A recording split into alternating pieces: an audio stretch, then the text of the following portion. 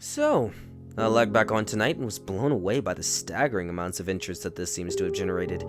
First off, I'll address a few things that you guys have brought up. There's been an overwhelming amount of people mentioning the similarities between some of my stories and those of David Paulides. I assure you that I'm not trying to rip him off in any way. I've got nothing but respect for the guy. He's actually what inspired me to write this, because I can verify a lot of the things that he talks about. We do have a lot of these strange missing person cases, and most of the time they aren't solved. Either that, or we find them in places where they have no business being. I personally haven't been on any calls like that, but I'll share a few that I have seen, or a story that my friend told me that relates to this. There was a lot of feedback about the stairs, so I'll touch on that briefly here, and I'll also include a story. They come in a variety of shapes, sizes, styles, and conditions. Some are pretty dilapidated, just ruins, but there's others that are like brand new. I saw one set that looked like they came from a lighthouse. Like there was metal and spirals and almost old-fashioned. The stairs don't go up infinitely or farther than I can see, but some of the sets are taller than others. Like I said before, just imagine the stairs in your own house, as if someone cut and pasted them out in the middle of nowhere. I don't have any pictures. It's never really occurred to me to take any after the first time. I don't really feel like risking my job over it either. I'll try again in the future, but I can't really promise anything. A few people expressed confusion about the guy who ran into the man with no face. Just to clarify, when the climber ascended and reached the top of this peak, he saw another man in a parka and ski pants, and this man was the man with no face. Sorry about the confusing wording about that story. I'll try to avoid that in the future. Alright, on to the news stories. Missing kids are the most heartbreaking. Doesn't matter what circumstances they go missing under, it's never easy. And we always dread the ones where we find deceased. It's not common, but it does happen. David Paulides talks a lot about kids that say our teams find in places where they shouldn't be, or couldn't be. I can honestly say that I've heard this kind of thing happening more than I've seen it, but I'll share the ones that I think about a lot and that I've witnessed personally. A mother and her 3 kids were out on a picnic in an area of the park with a small lake. One is 6, one is 5, and the other is about 3. She's watching them all really closely, and according to her, she never even lets them out of her sight at any time. She never saw anyone else in the area, which is important. She packs her stuff up, and they start to head back towards the parking area. Now, this lake is only about 2 miles into the woods, and it's a very clearly established trail. It's almost impossible to get lost going from the parking area to it unless you're deliberately going off the path like an idiot. Her kids are walking in front of her when she hears what sounds like someone coming up the path behind her. She turns around, and in 4 or so seconds, when she's not looking, her 5-year-old son vanishes. She figures he stepped off the trail to pee or something, and she asks her other 2 where he went. They both tell her that a big man with a scary face came out of the woods next to them, took the kid's hand, and led him into the trees. The 2 remaining kids don't seem upset. In fact, she says later that they seem like they've been drugged. They're sort of spacey and fuzzy. So of course, she freaks out. She starts looking frantically in the area for a kid. She's screaming his name, and she says at one point she even thinks she heard him answer her. Now, obviously, she can't go blindly running into the woods. She's got the other 2 kids to look after, so she calls the police, and they send us out immediately.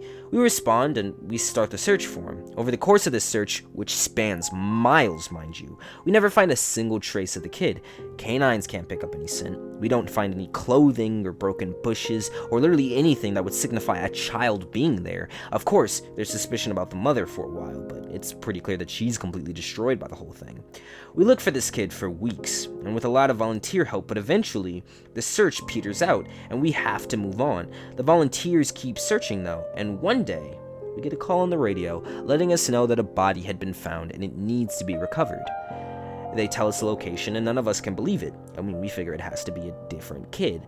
We go out there, about 15 miles from the site where he vanished, and sure enough, we find the body of the kid that we've been looking for.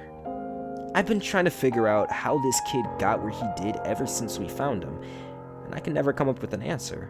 A volunteer just happened to be in the area because he figured he might as well search in places that no one else would think to, on the off chance that the body had been dumped. He comes to the base of a tall, rocky slope, and halfway up he sees something. He looks through his binoculars, and sure enough, it's the body of a little boy. stuffed in a little opening in the rocks. He recognizes the color of the kid's shirt, so he knows right away that it's the missing boy, and that's when he calls it in. And we're dispatched. It took us almost an hour to get his body down. None of us could believe what we were seeing.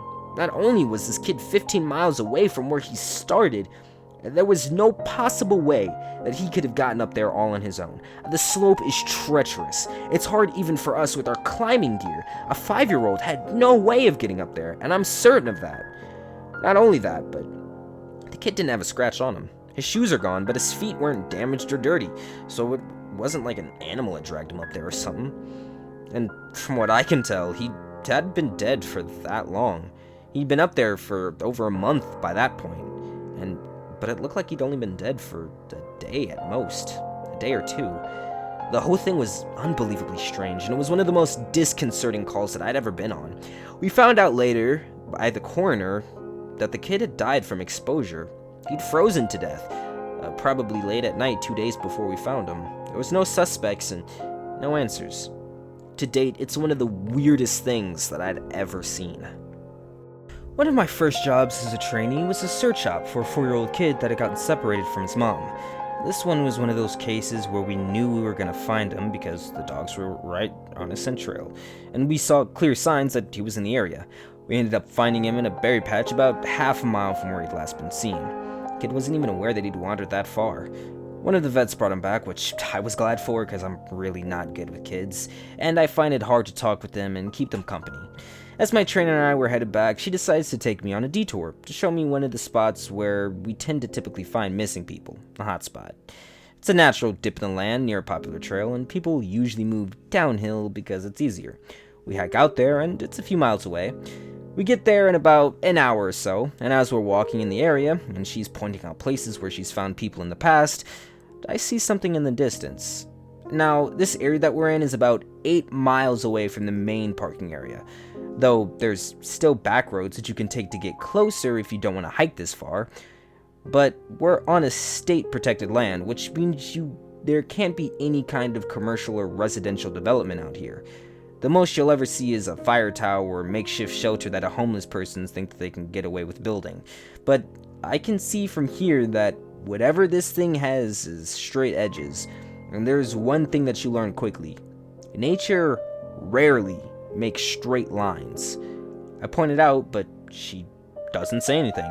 He just hags back and lets me wander over and check it out. I get within about 20 feet of it, and all the hair on the back of my neck stands up.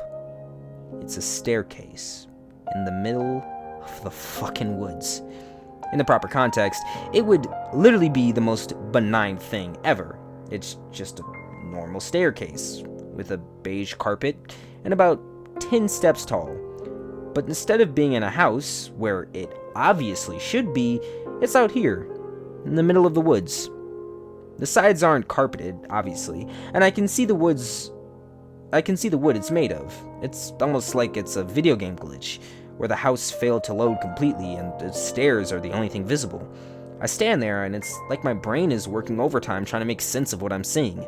My trainer comes over and stands next to me, and she just stands there, casually, looking as if it was the least interesting thing in the world. I ask her what the fuck this thing is doing here, and she just chuckles. Get used to it, rookie. You're gonna see a lot of them. I start to move closer, but she grabs my arm, hard. I wouldn't do that, she said. Her voice is casual, but her grip is tight, and I can just stand there looking at her. You're gonna see them all the time, but don't go near them. Don't touch them, don't go up them, just ignore them. I start to ask her about it, but something in the way that she's looking at me tells me that it's best if I don't. We end up moving on, and the subject doesn't come up again for the rest of my training. And she was right, though. I'd say about every 5th call I go on, I end up running across some set of stairs. Sometimes they're relatively close to the path, maybe within 2 or 3 miles. Sometimes they're 20, 30 miles out, literally in the middle of nowhere. And I only find them during the broadest searches or training weekends. They're usually in good condition, but sometimes they look like they've been out there for miles. All different kinds, all different sizes. The biggest I ever saw looked like it came out of a turn-of-the-century mansion, and they were at least 10 feet wide. each step leading up at least 15 or 20 feet. I tried talking about it with people, but they give me the same response my trainer did. It's normal. Don't worry about it. They're not a big deal. But don't get close to them, or up them. When trainees ask me about it, now I just give them the same response. I don't really know what else to tell them. I'm really hoping someday that I get a better answer, but that just hasn't happened yet. This is another one that was less spooky and more sad. A young man went missing late in winter, when realistically, no one should be going out that far onto the trails. We close a lot of them, but some remain open year-round, unless there's a shitload of snow.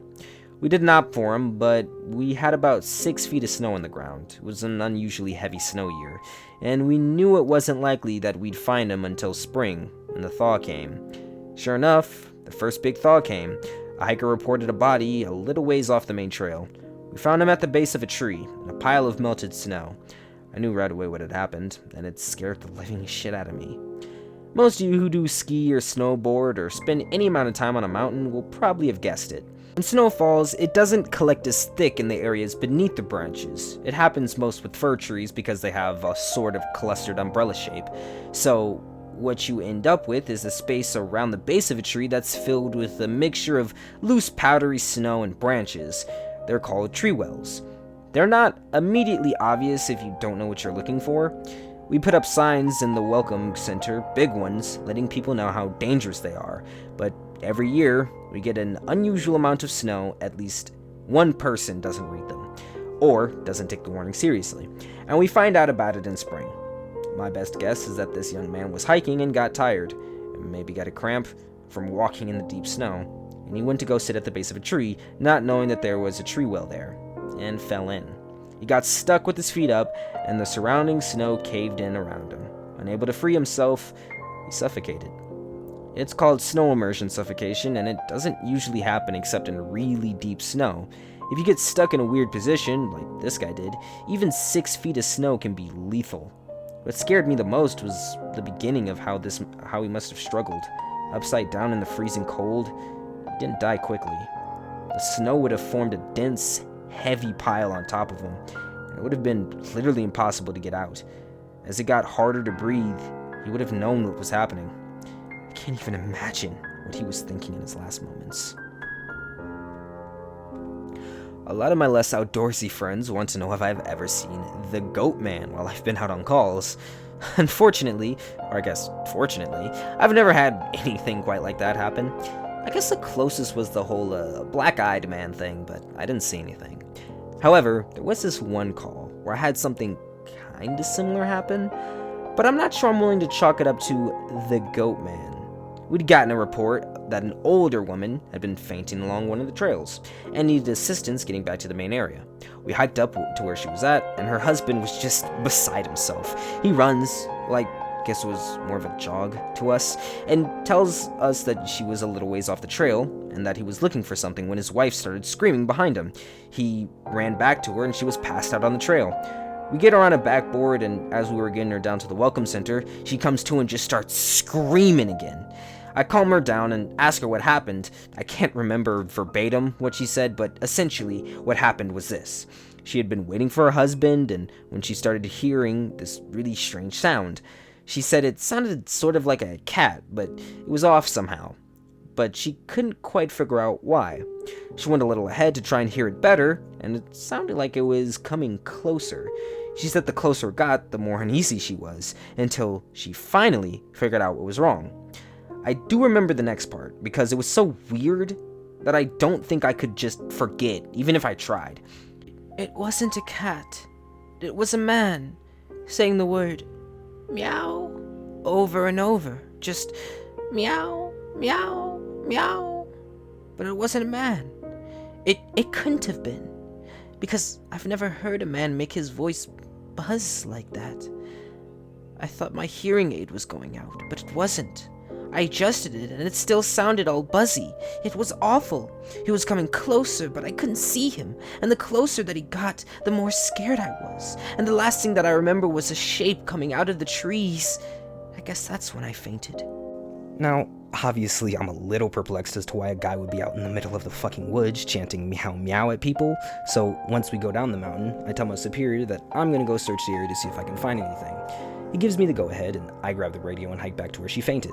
I don't see anyone, so I keep going for about a mile more, and when I head back, I go off the trail to see if I can figure out where she saw him coming from.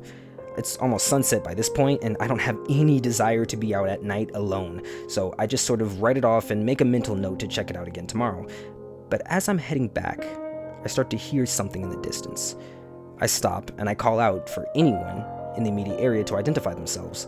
The sound didn't come closer or get louder, but it sounded exactly like a man saying, meow, meow, in this really odd monotone. As comical as it makes it sound, it almost sounded like that one guy on South Park with the electrolarynx, Ned.